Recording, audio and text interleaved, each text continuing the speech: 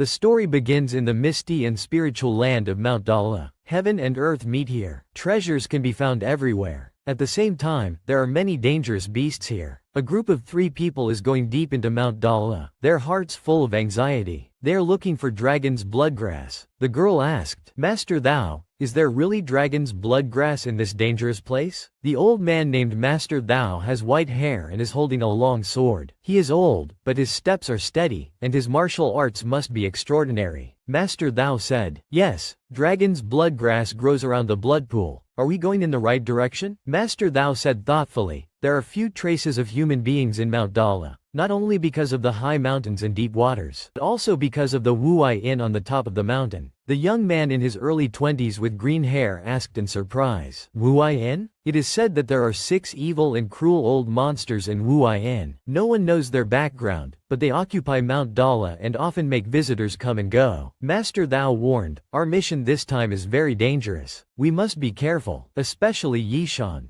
Don't act rashly." The young man with green hair, Yishan, is Master Thou's disciple, but he doesn't think so. He said, "Master, you are too cautious. You are the elder of our Divine Moon Academy, is a 1-star martial king. Who would be so blind as to come and bother him?" Then Yishan looked at the girl and said jokingly, "Even if it's dangerous, I will protect you." Mo ran. His teasing words were met with contempt from Master Thou and Mo ran. Finally, the 3 of them arrived at their destination. The blood pool appeared before their eyes. There was white snow all around, and ancient trees that a dozen people could not embrace surrounded it. Although the snow covered the sky in winter, the blood pool was not frozen. On the edge of the lake, large patches of red mushrooms grew brightly. It turned out that the dragon's bloodgrass they were talking about was these bright red mushrooms. Suddenly, Yishan rushed towards the bloodgrass like a madman. Dragon's bloodgrass is so precious, but it grows in a forest here. Yishan thought he was about to make a fortune, and he could no longer hear Master Thou's call. He didn't know that where there are spirit herbs, there must be monsters guarding them. Under the deep water was a monster with sharp teeth and red eyes guarding the mushroom forest. Master Thou hurriedly reminded his disciple to turn back quickly, lest he disturb the monster. As soon as he finished speaking, the sound of a monster tearing through the water came rushing up. A black flood dragon leapt out of the water, and it opened its sharp teeth and bit at Yishan.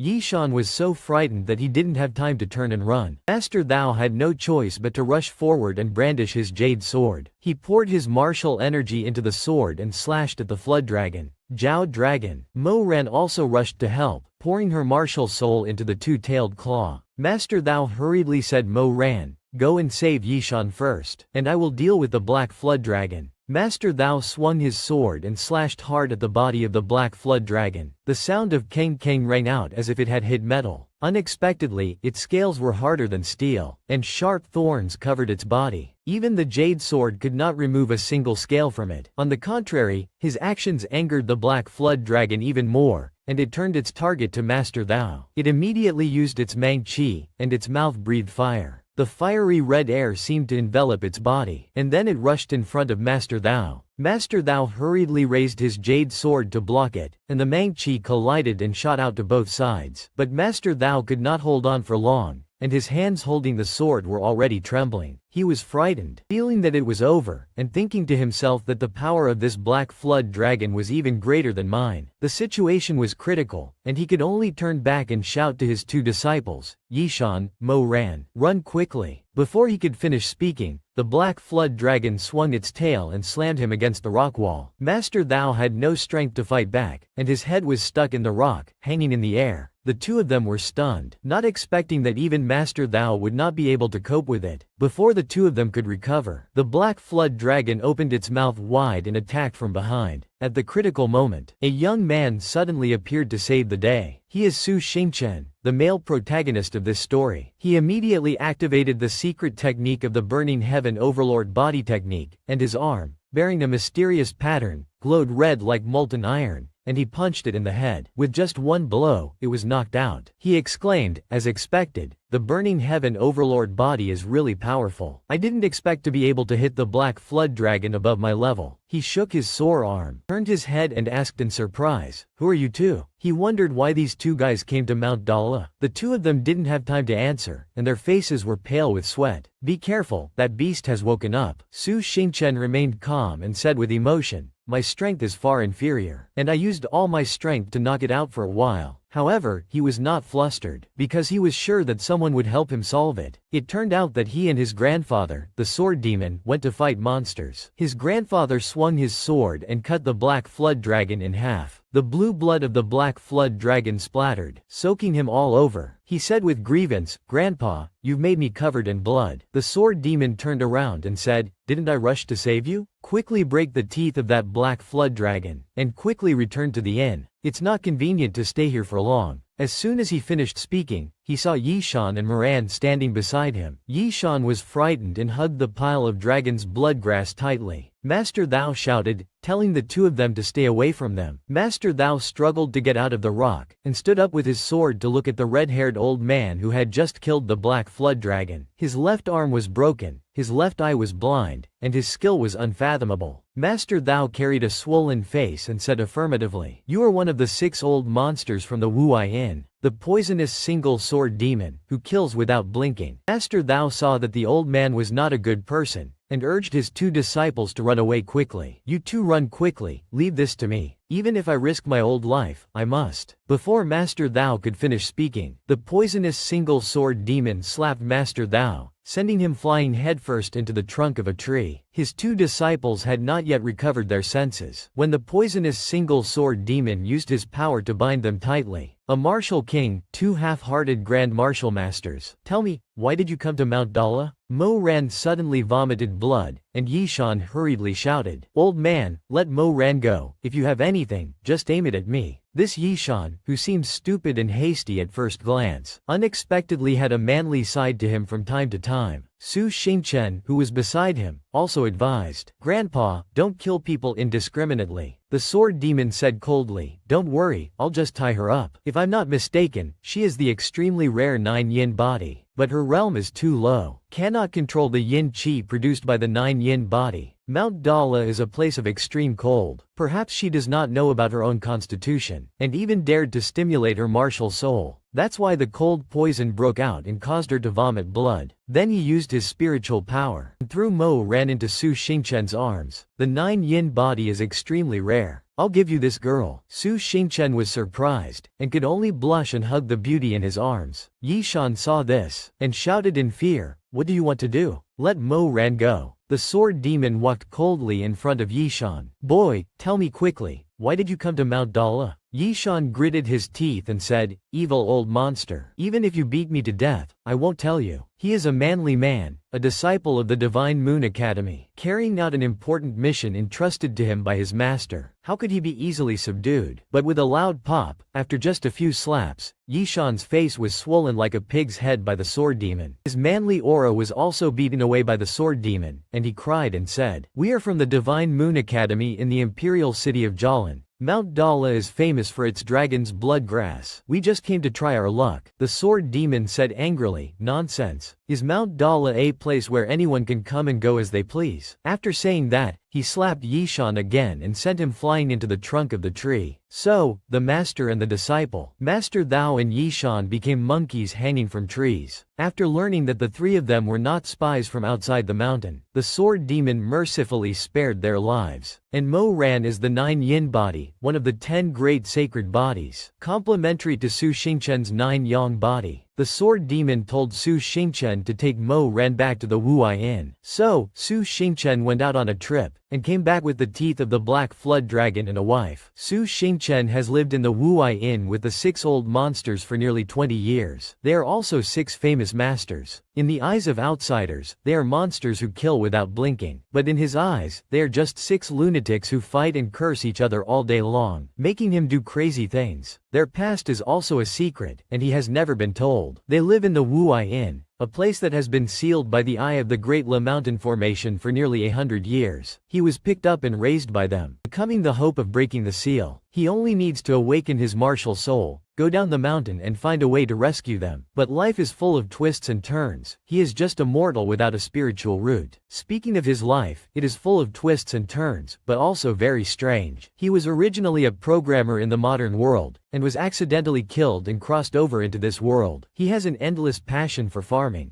A spacious garden, raising fish and growing vegetables. Extremely relaxed and comfortable. But unexpectedly, he became the protagonist, and the golden finger appeared, forcing him to climb to the peak of life. The system, my name is Chang Chang. No matter how much Su Xingchen refused, it insisted on parasitizing his body. So, a pillar of light with powerful energy shot straight into the sky, and he and Chang Chang completed the parasitism procedure. Su Xingchen now has the golden finger system of the male protagonist. At this time, the 6 old monsters who were playing cards in the Wuai Inn all felt the pillar of light piercing the sky above Mount Dala. They rushed towards the place where the powerful energy was emanating. After being electrocuted and fainting, Su Xingchen opened his eyes and found himself in a strange space. Chang Chang appeared and said, "This is the 9 heavens of martial soul enlightenment." But because Su Xingchen's realm is too low, he can only cultivate the martial soul of the first heaven for now. Martial souls are divided into beast martial souls, plant martial souls, chi martial souls, spirit martial souls, and special martial souls. Su Xingchen was still reluctant to give up his current leisurely life, and refused to choose. Chang Chang was not polite. "The system has helped you choose successfully. No need to thank me." Su Xingchen was angry. Why does this system have no human rights? The evil system immediately proceeded to fuse the martial soul. Chang Chang suddenly conjured up a fireball, with thousands of eyes surrounding it. Those eyes quickly entered Su Xingchen's eyes, giving him the eyes to see all things, the golden eyes. When Su Xingchen opened his eyes, the 6 old monsters were surrounding the bed. As soon as they entered the room, they saw him lying unconscious on the ground, and were very worried. The sword demon proudly praised, "Just the awakening of the martial soul caused such a big commotion, as expected of my grandson." Then he urged Su Xingchen to display his martial soul. Such a strong shock, it must be of a very high level. He placed his hand on Su Xingchen's forehead, probing his martial soul. But only 2 seconds later, the sword demon's face wrinkled as if he was constipated. Unbelievable. It's just a spirit-level martial soul? Martial souls are divided into 9 levels. From spirit level, profound level, earth level, heaven level, king level, emperor level, saint level, monarch level and god level. Among them, spirit level is the lowest level. Everyone trembled and could not accept this fact. The lowest level martial soul with extremely low potential. It can only be cultivated to the martial master realm. The elders hugged each other and cried. They had waited 18 years for him to awaken, and the result was a spirit-level martial soul. Their grandson was really unlucky. Their hope of breaking the seal was also shattered. Suddenly, Chang Chang announced the successful fusion of the martial soul, and received the newbie's lucky item, the universal folding fan. Su Xingchen was bewildered. It seemed that in his previous life he rarely read Shenxia novels. Chang Chang explained that this item can allow you to surpass 3 levels to attack the target, causing the target to fall into a coma in an instant but without causing any real damage. In addition, this item's cooldown will be reduced as the host's level increases. In addition, the golden eyes that can see all things are only a spirit-level martial soul, but it can be upgraded indefinitely through various materials. Chang Chang gave him a task, to go to Mount Dala to collect materials to upgrade the black dragon's teeth and the spirit blood of monsters. Su Xingchen was dissatisfied, lying down and covering himself with a blanket, preparing to go to sleep. He said calmly, "Why should I listen to you?" Before he could even finish covering himself with the blanket, the system released a 220 volts electric current, causing his hair to stand on end. Chang Chang said softly, "Please go and collect the materials and try your best." Su Xingchen hurriedly lifted the blanket and went to look for his grandfather. "Grandpa, take me to Mount Dala." How could he dare not go? Your system is too gentle with you. Your skin was burnt black by its electric shock. So, Su Xingchen went to fight the monster, and even brought back a wife. After that, the 6 old monsters locked him in a room with Mo Ran, making him very embarrassed and awkward. Chang Chang asked him, "Mo Ran is so beautiful, why did you refuse?" He replied,